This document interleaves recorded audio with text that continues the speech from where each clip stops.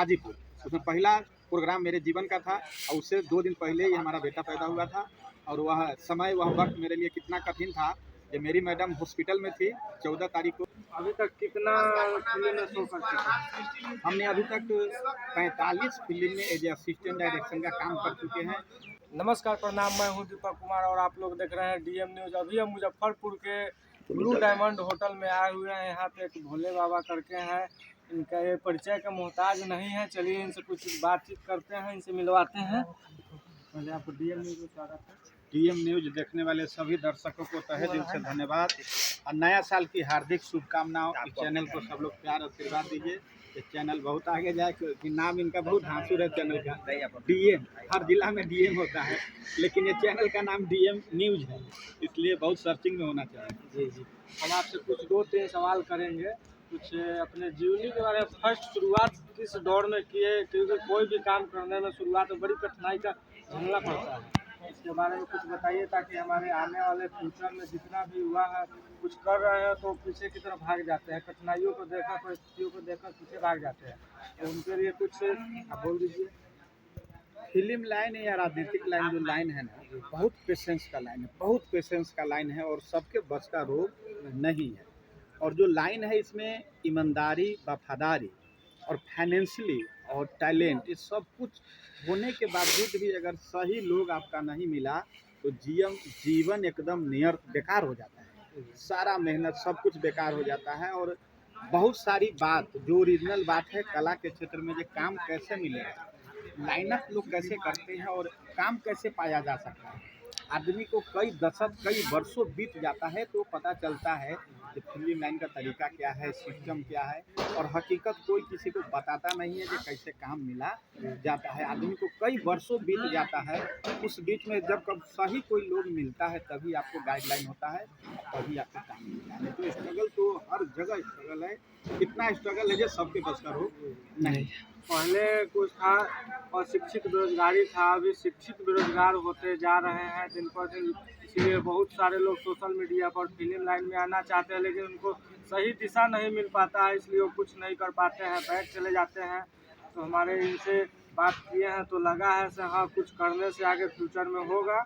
इनसे और कुछ जानेंगे। इनका फर्स्ट फिल्म मेरा शो अपना कौन सा था? सबसे पहला मूवी था मेरा औलाद फिल्म, जो निरहुआ एंटरटेनमेंट बैनर तले बनी थी और मैं उसमें असिस्टेंट डायरेक्टर था। और दिनेश लाल यादव जी मेरे सामने, असलम सर जो डायरेक्टर थे, उनको बोले जे ये भोला है, इसको हर फिल्म में और हर निरहुआ एंटरटेनमेंट की जितनी फिल्म बनेगी सब में इसको काम दीजिए। और परवेश लाल जी को बुला के बोले, और उससे 4 साल पहले तक मैं मुंबई में बहुत स्ट्रगल किया, रोड पे सोया, बहुत सारी समस्या है, बहुत सारी घटनाएं हैं। इसी चीज़ के बारे में हम लोगों को दिखाना चाहते हैं से स्ट्रगल क्या चीज़ है। लोग अभी के दौर में हर 2-3 दिन स्ट्रगल करते हैं और पीछे की तरफ भाग आते हैं। और पहले के ज़माने में बहुत लोग ऐसे हैं, जैसे आप हैं, हमारे सामने में एक है, स्ट्रगल करके अभी इस मुकाम पर पहुँचे हैं, जो किसी परिचय के मोहताज नहीं है। इनको हर लोग अभी पहचान रहा है, जान रहा है अच्छी तरीके से। और अभी सोशल मीडिया पे काफ़ी अश्लीलता के बारे में फैल रही है। क्या ये पहले अश्लीलता थी या नहीं? देखिए, समय परिवर्तन होता है और अश्लीलता जो शब्द है ना, इसको अगर हम न बताए और न पूछे तो खुद ही खत्म हो जाए। दारू मतलब कहीं बिक रहा है तो जो बेच रहा है वो तो एक अलग मैटर है, जो पीने वाला है नहीं पिएगा तो अपने आप उसका दुकान बंद हो जाए। बस तरीका थोड़ा बदलना होगा। अश्लील, जैसे भोजपुरी जो कंटेंट है ना, जो शब्द है, ये शुरू से दुअर्थी टाइप का रहा है, अभी थोड़ा ज़्यादा बढ़ावा हो गया। अब जैसे धूरी है, थोड़ा पेट है, थोड़ा चेस्ट है, ये सब शब्द जो है ना प्रेजेंट नहीं होनी चाहिए। उसी को आप दूसरे तरीका से प्रेजेंट कर सकते हैं तो अश्लीलता नहीं है।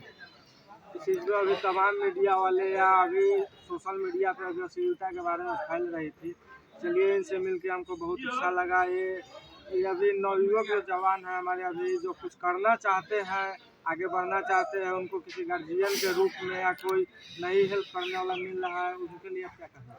बिहार के जितने भी लोग हैं, अगर कला के क्षेत्र में जाना चाहता है तो अगर वह व्यक्ति, हम उसके कुछ काबिल आ सकते हैं। भोला व एंटरटेनमेंट में इवेंट होता है, म्यूजिक कंपनी है, फिल्म भी बनती है, हम दूसरे बैनर में लोगों को काम भी दिलाते हैं। भोजपुरी दुनिया में बहुत सारे ऐसे हीरोइन हैं जिसको हमने बड़ी बड़ी फिल्मों दिलाया है और आज वो बहुत बड़ी हीरोइन है। मंच के माध्यम से हमने पहला शो किया था 2016 में आर्यन कॉलेज हाजीपुर। उसमें पहला प्रोग्राम मेरे जीवन का था और उससे 2 दिन पहले ही हमारा बेटा पैदा हुआ था। और वह समय, वह वक्त मेरे लिए कितना कठिन था कि मेरी मैडम हॉस्पिटल में थी। 14 तारीख को गौरव पैदा लिया था और मैं हॉस्पिटल नहीं पहुंच पाया, जिसके कारण घर के लोग, पत्नी भी नाराज थी। बहुत लोग आज नेचुरली है हमारे समाज में, अगर औरत हॉस्पिटल में है तो पति चाहता ही है। तो ससुराल पक्ष के भी लोग बहुत नाराज थे, ये कैसा आदमी है जो नहीं आया। लेकिन मैं जिस स्थिति में था, जिस दिन मेरा 16 तारीख को प्रोग्राम है, खेसारी लाल इतना बड़ा स्टार है, मेरे जीवन का पहला शो है भोला एंटरटेनमेंट का, वो हाजीपुर जगह में, तो वहाँ समझ सकते हैं कि हाँ, अपने क्षेत्र में अगर मैं वहाँ से चला तो हो सकता है कई 20-25 ऐसे कलाकार हैं, जैसे आदित्य राज है और बहुत सारे कलाकार हैं, जिसका कठिनाई का हाँ, एक कलाकार स्टार आता है उससे 20 कलाकारों का करियर बनता है। और टिकट बिक चुका है, सारे तमाम एकदम लाखों का भीड़ है, उसको मैं 1 मिनट या 1 सेकंड भी छोड़ नहीं सकता था।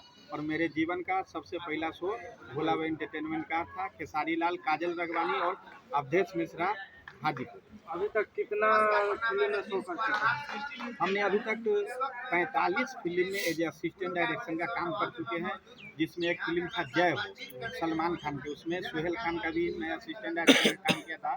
उसमें 13-14 दिन का मेरा ड्यूटी लगा था और 17 गो असिस्टेंट डायरेक्टर थे, जिसमें मैं 14 नंबर पे था। और भोजपुरी में फारूक सिद्दीकी, असलम सर, भोजपुरी के जितने बिग डायरेक्टर हैं, मेरा बहुत सौभाग्य है कि मैं सबके साथ काम किया हूँ और दिल से किया हूँ और सब लोगों ने मुझे रिपीटेशन भी की है। हाँ सर, 2023 में आने वाला अभी कोई शो या फिल्म? हाँ, 2023 में 25 जनवरी को अनुपमा यादव एवं विनय तिवारी का शो है मेरा लुधियाना में, 26 को है दिल्ली में और 27 को है रांची में। चलिए, इनका भी एक चैनल है, देख लीजिएगा। आपका चैनल कौन है? मेरा चैनल है भोला बाबा इवेंट शो, जो यूट्यूब पे है। मेरा पेज है भोला बाबा भोजपुरी सेवा संस्था, भोला यादव भोला फेसबुक है, आरबी म्यूजिक भोला, मतलब भोलावा के नाम से कई फेसबुक इंस्टाग्राम पेज है। उस सबको आप लोग देखिए, लाइक कीजिए, सब्सक्राइब कीजिए। और बिहार के जितने भी कलाकार हैं, मैं सबसे यही चाहूँगा कि अब जैसे बहुत बीच बीच में हम लड़की का इंटरव्यू देखते रहते हैं, जो मेरे साथ हैपनिंग हो गया, ये हो गया, मुझे कहीं नहीं, मैं किसी का विरोध नहीं करता, लेकिन मैं उसमें लड़की को दोषी मानता, क्योंकि मैं भी जब असिस्टेंट डायरेक्टर था, किसी हीरोइन को फ़ोन करते थे तो कई हीरोइन मुझे बोली कि तुम्हारा औकात क्या है तो तुम इतने रात को फ़ोन करते हो। ओके, उस दिन मुझे दिल पे क्या बीता होगा, क्योंकि मेरी पोजीशन नहीं था। जब मैं बड़े बड़े डायरेक्टर को ये जो असिस्टेंट मैं करने लगा, फारूक सिद्दीकी जिन्होंने जिगर बीजापत बनाया, वो वर्दी वाला गुंडा केस में उनके, जब बड़े डायरेक्टर के साथ काम कर लिए तो हीरोइन खुद फोन करती है, सब कुछ अपडेट रखती है। यानी कि छोटा लेवल पर कोई वैल्यू नहीं। हाँ, फिल्म लाइन में या राजनीतिक में पैसा भी कोई मायने नहीं रखता है। आपके पास करोड़ों रुपया है, कोई इज्जत नहीं मिलने वाला है।